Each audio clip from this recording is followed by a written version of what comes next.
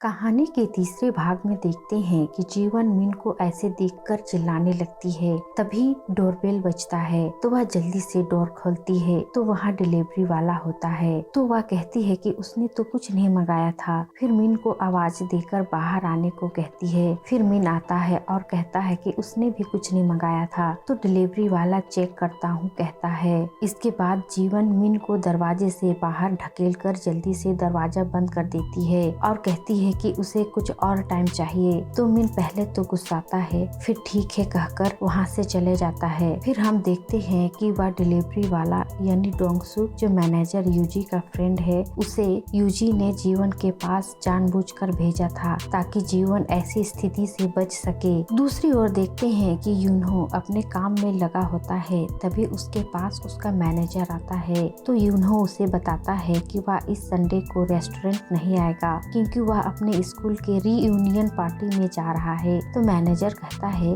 कि जब उसकी फर्स्ट लव ने उसका दिल तोड़ दिया था, इसी कारण वह हमेशा इस पार्टी में नहीं जाता था, तो अब वह क्यों जा रहा है। तो यह सुनने के बाद यूनो को स्कूल का वह पल याद आता है जब वह सुमिन और जीवन के सामने खड़ा होकर कह रहा था कि तुमने ऐसा क्यों किया, मैं तुमसे अब कभी बात नहीं करूंगा। फिर आगे यूनो कहता है कि वह जाना तो नहीं चाहता। यूएन के कंपनी के मैनेजर यूजी ने उसे वहां जाने को कहा है और इधर जीवन भी उस पार्टी में जाने के लिए ड्रेस सेलेक्ट कर रही होती है, पर उसके पास कोई खास ड्रेस नहीं होता है और ना ही उसे अच्छे से मेकअप करना आता था। इस कारण वह उदास हो जाती है। फिर अगले दिन यानी संडे को सुमिन तैयार होकर पार्टी में जाने निकलती है। तो वह जीवन को जल्दी आने के लिए मैसेज करती है और सोचती है कि उसकी जितनी सुंदर तो जीवन कभी नहीं बन सकती। फिर इतराते हुए पार्टी में चली जाती है और अपने सभी क्लासमेट से मिलती है। तो वे कहते हैं कि अब तो वह बहुत क्लासी हो गई है और बड़ी कंपनी में जॉब भी कर रही है। तो वह खुश हो जाती है। फिर हमेशा की तरह जीवन को सबके सामने नीचा दिखाने के लिए कहती है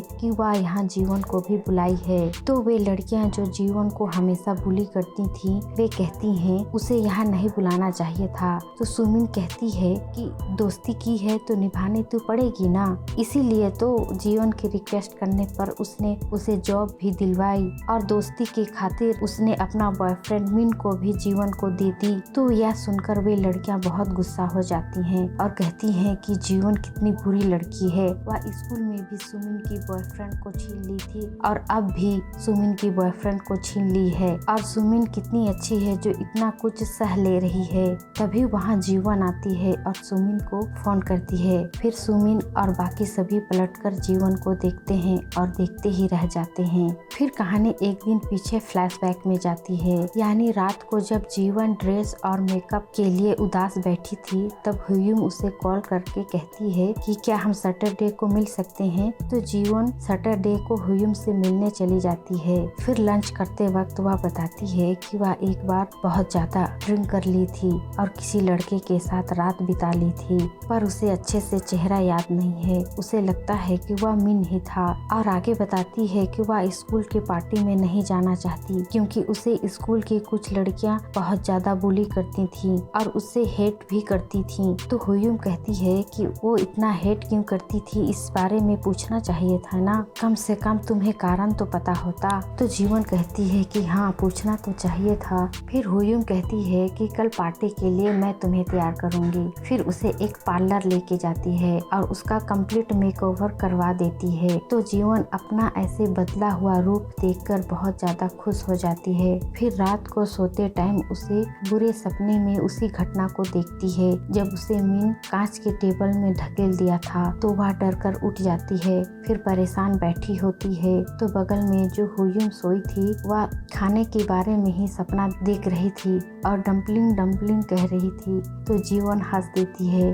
फिर सुपरवाइजर किम का मैसेज देखती है जिसमें लिखा था कि वह उसके प्रपोजल को एक्सेप्ट कर रहा है। तो जीवन सोचती है कि सुपरवाइजर किम ने पहले तो रिजेक्ट किया था, फिर अचानक एक्सेप्ट कैसे कर लिया। और तभी सुमिन कॉल करती है और उसके प्रपोजल को मांगती है और यह वही प्रपोजल था जिसकी वजह से सुमिन पिछली जिंदगी में मैनेजर बन गई थी। तो जीवन पिछली जिंदगी की इन चीजों को याद करके कहती है कि वह अपना प्रपोजल नहीं देगी, उसके लिए दूसरा आइडिया सोच के बताएगी और आगे कहती है कि वह उसकी सीनियर है। तो ऑफिस आपस में हिसाब से बात करें। तो यह सुनकर सुमिन मन ही मन बहुत गुस्साती है और सोचती है कि ज्यादा बोलने लगी है तो संडे को सबक सिखाएगी। फिर वह सुपरवाइजर किम के साथ डिनर करने जाती है और उसे अपने बातों में फंसाकर जीवन के प्रपोजल फाइल को ले लेती है। फिर कहानी वापस प्रेजेंट में आती है जहाँ पार्टी के सभी लोग जीवन को बस देखे जा रहे होते हैं और सुमिन भी जीवन का बदला हुआ रूप देखकर कुछ बोल ही नहीं पा रही होती है।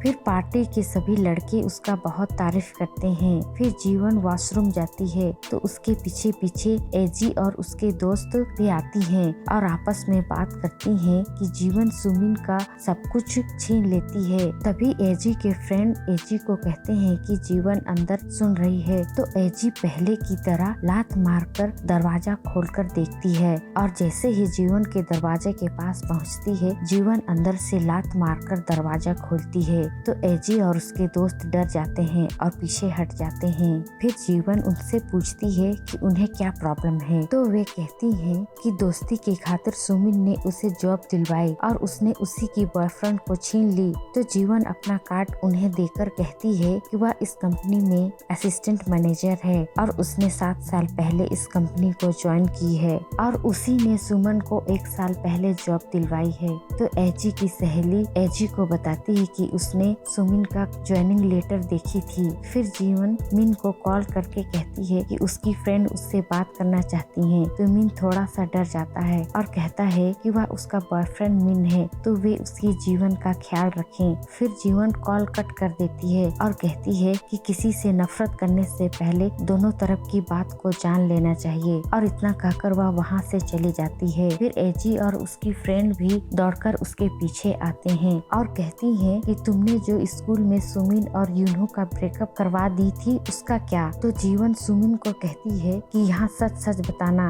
क्या तुम दोनों डेट कर रहे थे। तो सुमिन बात घुमाने लगती है। तभी वहाँ यूनो आता है और कहता है कि वो और सुमिन कभी डेट नहीं कर रहे थे। फिर वह जीवन को कहता है कि इतने साल बाद तुम्हें देखकर अच्छा लगा। तो जीवन चुप होकर यूनो को देखती रह जाती है।